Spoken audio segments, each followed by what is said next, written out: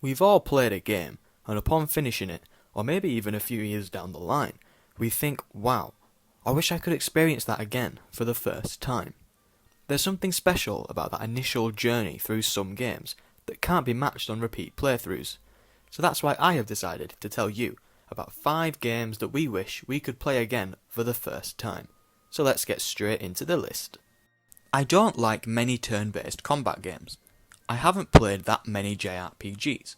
So why the hell did I love Persona 5 so much? Honestly, I don't really know. I picked it up last summer on sale and decided to just see what all the fuss was about. I saw what all the fuss was about. Before I knew it, my summer had disappeared into the world of Persona 5. Throughout history, various mediums have failed to keep an engaging narrative over time. Hell, even some of the best stories ever told have trouble keeping the audience engaged for so long. That's why I find it absolutely incredible that there wasn't a single moment during my 95-hour playthrough of Persona 5 where I wasn't totally engaged.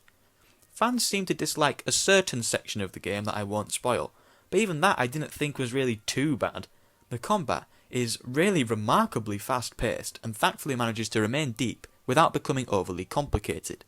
All the characters are a joy to be around, and it's just as well because this game is long and you will be spending a lot of time with them. I get that this kind of game isn't for everyone. I mean, I didn't even think that it was for me, but there isn't a thing I would change about it. For a game to be from a genre I haven't dipped my toes into that much, using a combat system I usually don't like, and for it to be this special to me is without a doubt incredibly remarkable. Those that are subscribed to the channel will know that I love Life is Strange.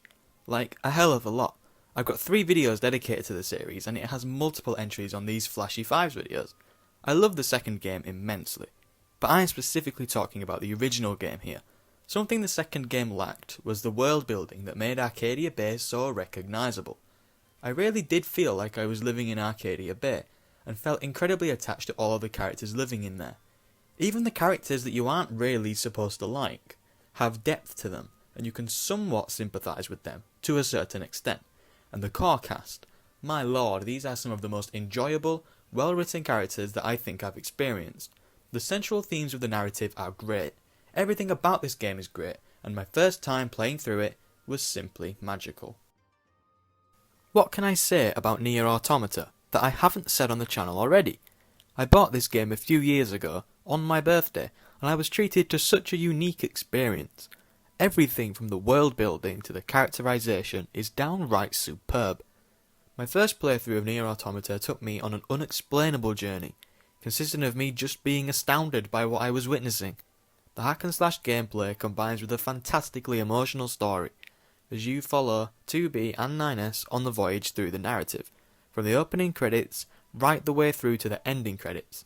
NIER AUTOMATA is a journey that will leave you in awe, and is one that I wish I could play for the first time once more. When all this lockdown business started, I decided that I would try and finish Sekiro.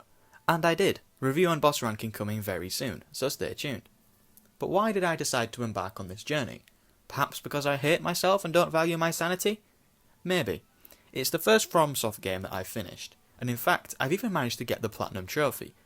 This choice is different to others on the list, as it wasn't the story that made my Sekiro experience so magical. It was the gameplay. It was the way that Sekiro managed to unlock a door inside me that I didn't know I had. I'm not usually one for difficult video games. I prefer to play my games on normal difficulty and relax. I'm not a very resilient person, but there was something about Sekiro. I died many times on this journey.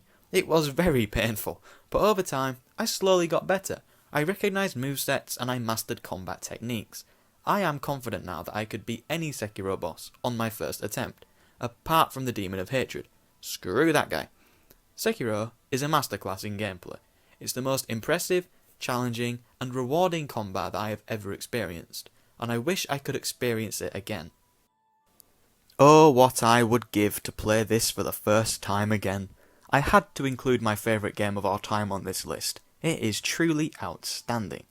Having played the first Red Dead Redemption, you sort of know how this one is going to end with it being a prequel, but that doesn't negate the impact of the emotions that are emitted through the story events. Red Dead Redemption 2 is a classic tragedy. It's heartbreaking, enjoyable, and downright incredible. I had waited so long for this game to come out, and was worried that it wouldn't be able to meet the expectations that I'd set for it, but alas, Rockstar somehow managed to pull it off.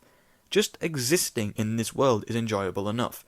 I took my time playing this game so that I could appreciate everything that it had to offer for as long as I could. The side missions are amazing, and some I feel deserve to be classed as main missions because of how much they related to the central narrative. Arthur's journey is a tumultuous one, and I wish I could experience it for the very first time again. Thank you for making it to the end of the video. What games do you wish you could play again for the first time? Let me know in the comments and we can talk about it. If you enjoyed it, then please consider leaving a like and maybe subscribing to make sure you don't miss future Flashy Fives episodes. Have a nice day, and goodbye.